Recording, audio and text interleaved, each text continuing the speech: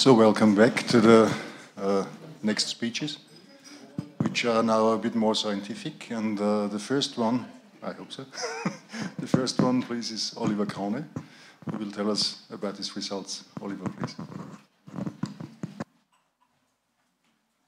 Thank you, Andreas, for the introduction. I'm happy to give you some insight into our results regarding the causes of death and mortality in red kites from Germany. I'm working at the Leibniz Institute of Zoo and Wildlife Research in Berlin, and we are investigating causes of death of a variety of different bird species, including red kites. Regarding the distribution, you all probably know, and you're familiar with this, Germany harbors the bulk of the population, so with around 10 to 15,000 breeding pairs. And this is important when considering also the mortality factors, so where are the birds coming from. And this is a modeling of the habitat quality, for example, which reflects also the highest density of red kites in Germany. And so nearly 50% of the red kites in Europe are breeding in Germany, and they are facultative scavengers, which is important also to understand. In agricultural habitats, there's an uneven distribution within Germany. Not all habitats are suitable, of course, and there's a strong relationship between land use patterns and red kite distribution. This also depicts the density or the local distribution and density in grid cells within Germany. And you see the red kite is mainly living in the lowlands of northeastern Germany, and then in the middle upland range of Germany down to Baden-Württemberg to the Schwäbische Alb. Coming now to the necropsies we are doing at our facility. We do an outer inspection, so we check the birds for all kinds of wounds or obvious trauma or other factors which might get us an information about the cause of death. We're doing the sexing of the birds normally morphologically by looking at the gonads. We're recording how active the gonads are, and if this is not possible because of decomposed carcasses, we're doing genetic sexing. So we're using for that special primers.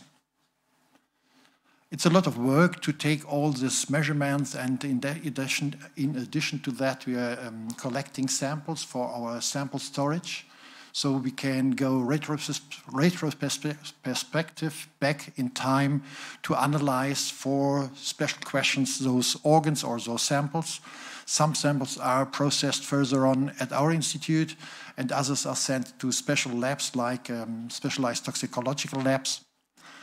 We're checking for endoparasites in these birds of prey, and it's interesting to say that the red kite harbors is one of the bird of prey species which harbors a broad variety of different endoparasites.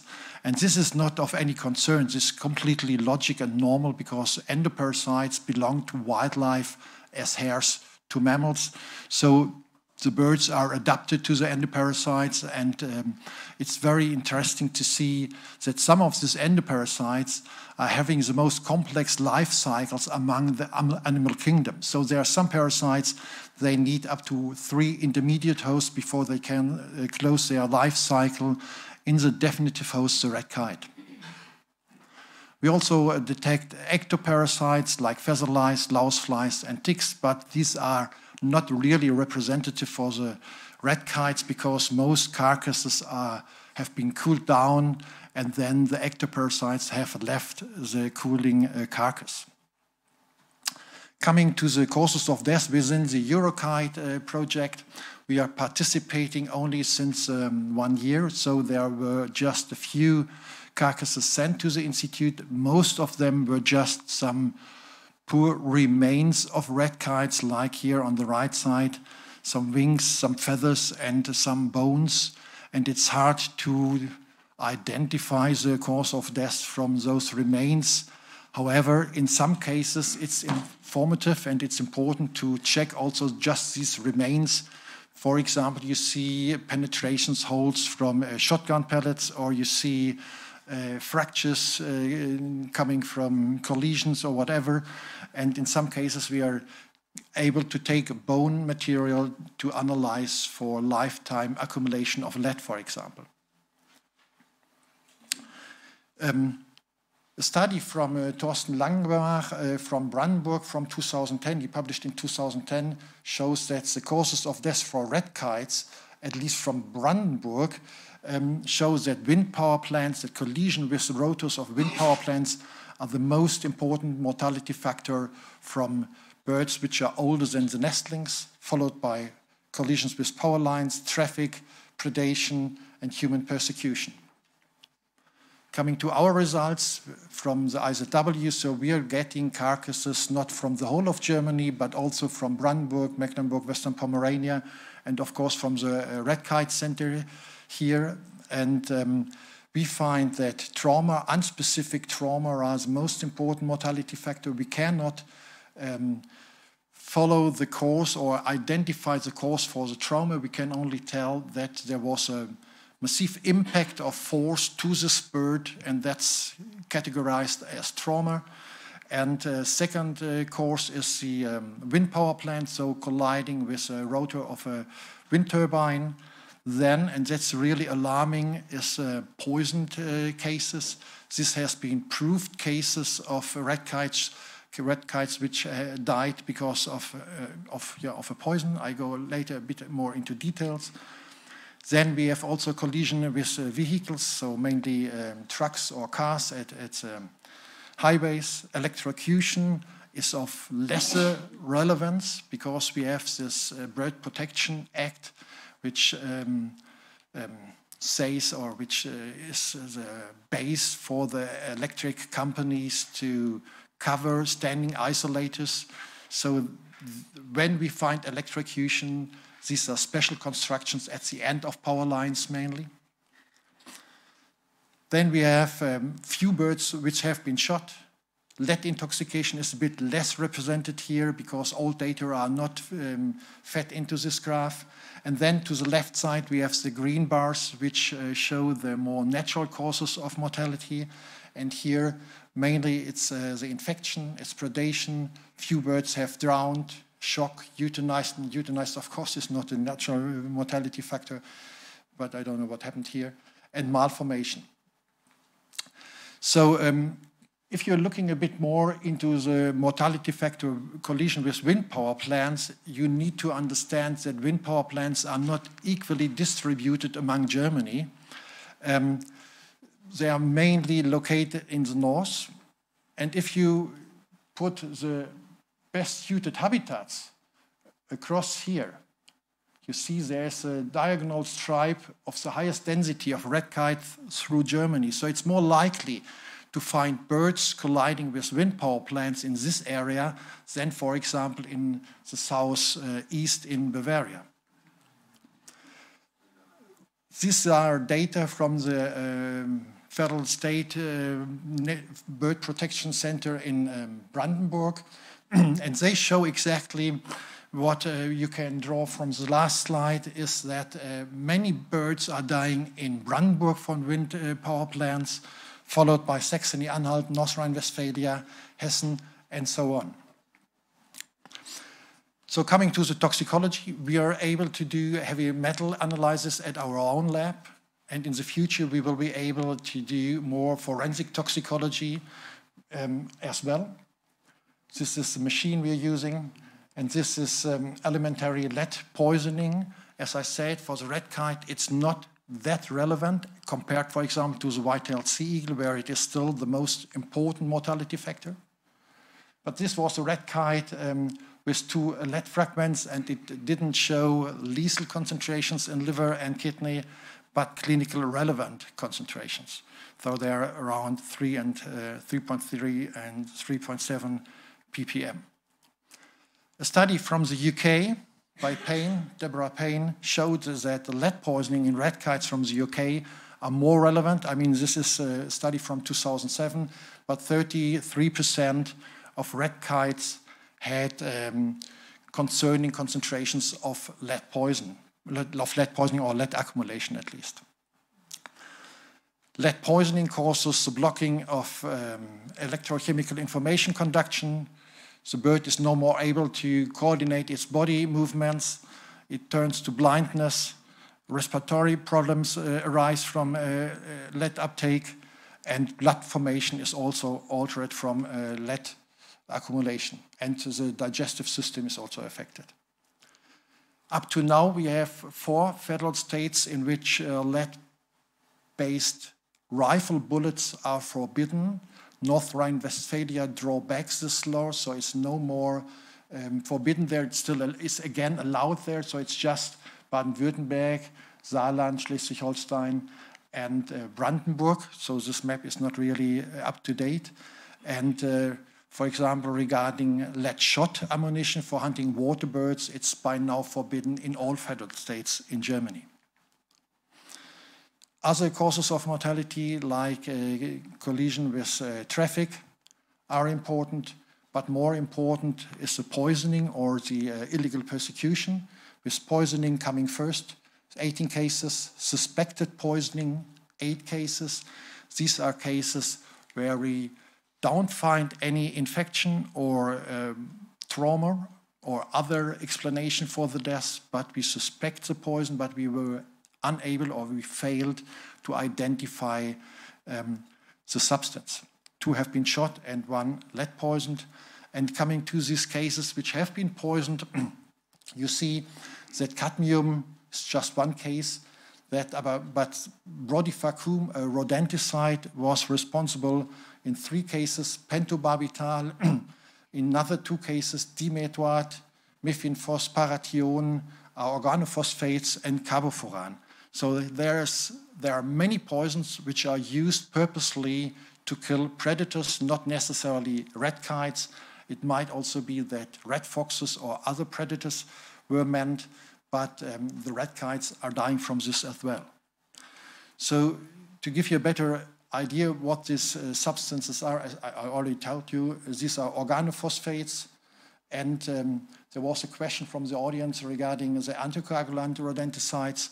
Yes, anticoagulant rodenticides are still used in Germany. It's no more allowed to use them as plant protection substances. So farmers are not allowed to protect their fields against mice by spreading them out in the farmland, but they are still used in huge quantities around settlements, in private gardens, in public transportation systems within cities. And for example, from a study from Spain, we know that around farms where animals are kept, these rodenticides are also used in huge numbers and are killing red kites and other birds of prey which are preying on small mammals. A comparison between the goshawk, the red kite, the white-tailed seagull, the sparrowhawk, and the osprey shows that the red kite is the species among the birds of prey mostly affected. That the ACGI, the Accipiter gentilis to the left, has such a high prevalence of rodenticides is just because these were goshawks from urban areas. So in urban areas, these are goshawks mainly from Berlin. There's a special problem for rodenticides, but this is not representative for all goshawks which are also living in the countrysides of Germany. It's an urban problem, but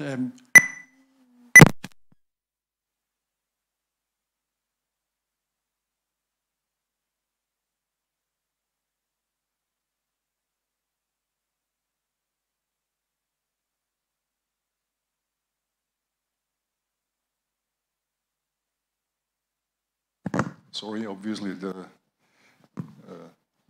mic does not work. Okay, good, thank you. So we also find rodenticides in the sparrowhawk, and you might wonder why a sparrowhawk, which is a specialist for small birds, is having rodenticides, or why we find rodenticides in them. And for that, you need to understand that bait boxes are designed with small holes, entrances for small mammals to go in.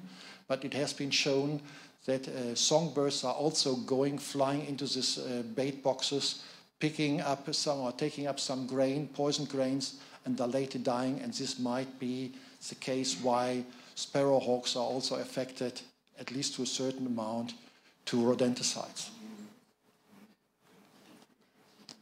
Then I'd like to show you some case files. This red kite was found next to a poisoned bait, and it was just by coincidence because we had a white-tailed seagull equipped with a satellite transmitter, which was found also next to this bait, and these two birds have been killed by carbofuran in Lower Saxony just in spring this year. Another case file is a female red kite that was found dead with a shot pellet embedded above the left eye, but the toxicological investigation identified brodifacoum, also a rodenticide, and the ultimate cause of death was trauma, likely as a result of the ingestion of brodifacoum. And the last case we are working on is a forensic case sent in by the police. This is a red kite sent in by Thomas Pfeiffer, and it was found in Thuringia. And at the beginning, or when the people found this red kite, they also speculated that this bird might have been poisoned.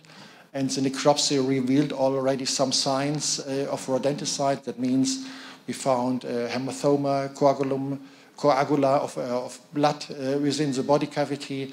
And this leads us to the idea or to the suspicion that this bird is also intoxicated. And now the samples from the gizzard and from the liver are further investigated, especially for organophosphates, carbamates, but also rodenticides. So that's my talk. Thank you for your attention, and I'm happy to take your questions.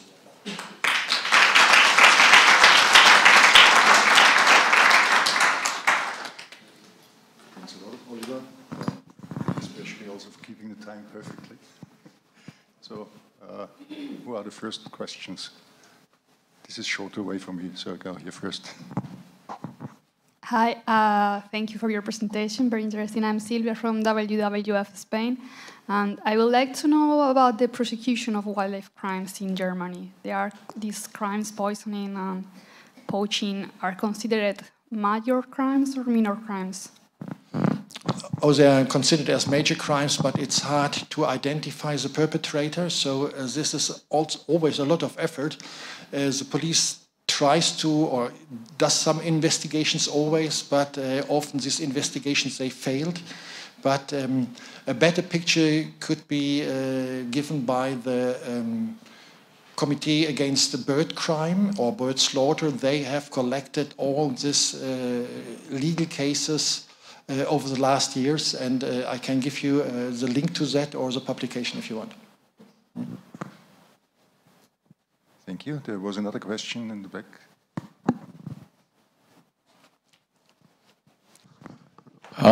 You showed us a slide with the mortality reasons, and it came out that wind energy is one of the most important reasons for the death of red kites. Do your data fit with the data from the Eurokite project? And do you think that the data you presented as representative as the data from the Eurokite project? That's a good question. So far, I can just say that we haven't compared the data with Eurokite and this former data from our analysis. So we got most birds from the main distribution area of Germany. So as I said, Brandenburg, Lower Saxony, Saxony-Anhalt, and North Rhine-Westphalia. So it's more likely that those birds are colliding with wind turbines. But because we are just participating since 1 year in the Eurokite, we have to wait until we have the final data. And then it would be interesting to compare, definitely. So, but for the moment, I can give you a decent answer. Thanks a lot. There's another question. Yeah, Niels Breitbach from WPD. Maybe a comment to the last question. I mean, your samples are samples that have been sent in, so it's likely or that the samples are biased because you receive samples from the areas where most of the people are looking And of course, a lot of people are looking below wind turbines because we send, we have to do investigations before we build wind farms. A lot of times there are investigations after the wind farms have been built. So, and of course, the closer you are to settlements or whatever, the more people are looking. And I think, or I have the impression that, for example, the death along roadsides are underestimated, for example. So I would consider that the results from the Live EuroCat project is a better sample because it's a little bit more independent sample, because they receive all data from birds that have been killed, and then they look at it. Maybe could you say something about the distribution from the sources that you get the samples from, or it's usually, yeah, I would say ordinary people that send the samples in, right? In general, you're right. I mean, birds found dead in the countryside or in urban areas are more biased towards where people are living, because where people are, people will find and report the carcasses, that's absolutely for sure. And birds which are dying in remote areas because they are getting sick or they have time to escape and save energy by finding places where they can rest for a while, are less represented. That's absolutely true. And less biased, more random sample from satellite telemetry birds would be more interesting, definitely. But as I showed you, it depends where you look for the birds and where the wind power plants are, where the poison cases are. This needs to be analyzed in future, absolutely. Just to give you another example, we have done a same study on white-tailed sea eagles, which much larger numbers, and we compared this more or less not randomly found carcasses with birds which have been equipped with satellite transmitters, and it's in fact nearly mirroring the results. So this, at least for the very big eagle, this even biased sample is reflecting what's going on in the population, and even in the red kites. I think these investigations give us at least some idea where to look and what might be relevant mortality factors. Thanks a lot for the answer. There is another question coming from Jovan Andeski via the internet. So can you please display it? Hi everyone, can you hear me well? Hello, can you hear me well? Yeah. Hello. Okay, so hi everyone. I just wanted to actually make a reflection more than a comment.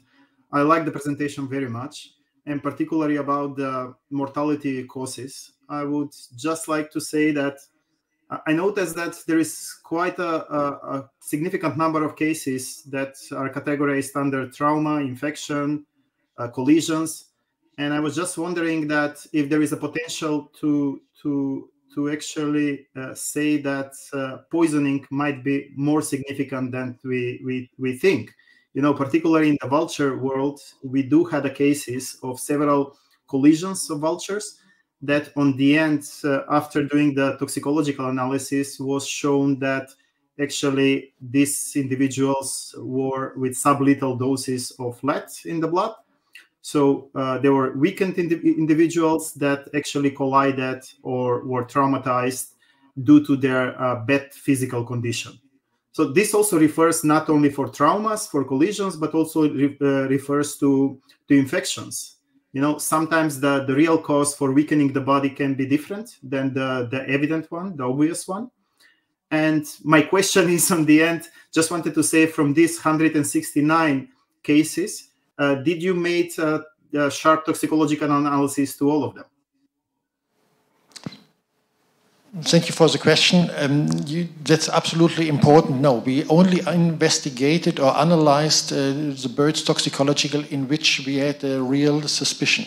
So they were not systematically analyzed for toxins, and only in cases where we thought so. But this will change because we are happy to participate in a new project called Wildlife Crime. That's a project by WWF Germany and WWF Austria.